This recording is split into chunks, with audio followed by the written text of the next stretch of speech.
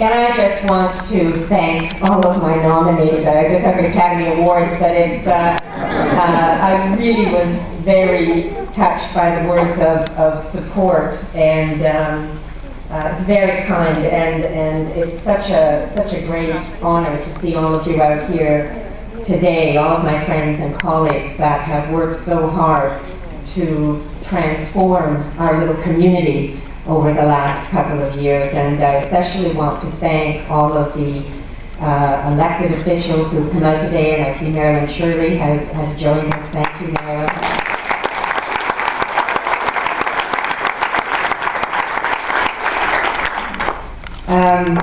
I have very fond memories of this particular hall, because 3 years ago, this was the hall where we held our nomination meeting, where I was first elected to represent the NDP for Parkdale High Park.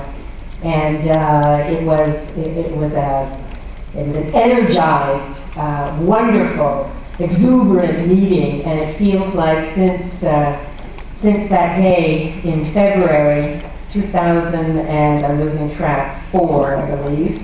I've been on this high-speed roller coaster that hasn't stopped since. So it's a lot of fun, but it's also a bit of a blur.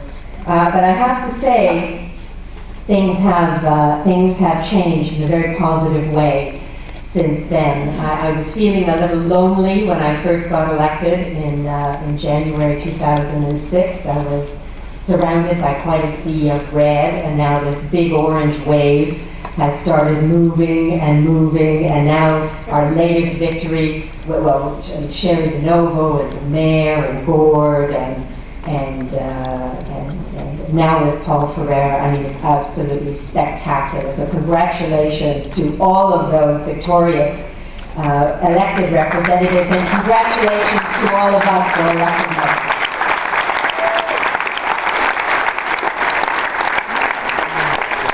I want to acknowledge the hard work that all of you have done. There are pioneers here who have worked literally for decades for the NDP, and sometimes have been successful in the past, never at the federal level, but provincially, municipally, and but I could see this movement grow. I could see young activists getting involved. I could see diverse communities getting involved, tenant reps, homeowners, the arts community, small business, and it all turns into this wave of orange, which is quite wonderful to see spreading around town. When I ran for the federal election last year, I ran on a city agenda.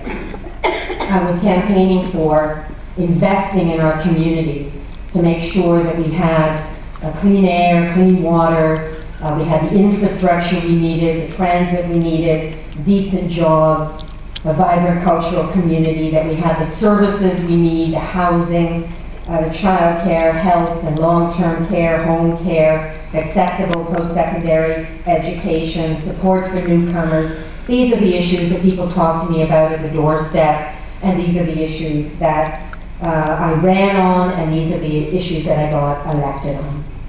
Now, those of you who know me know that I'm not a career politician. I am actually quite surprised to see where I've ended up in life.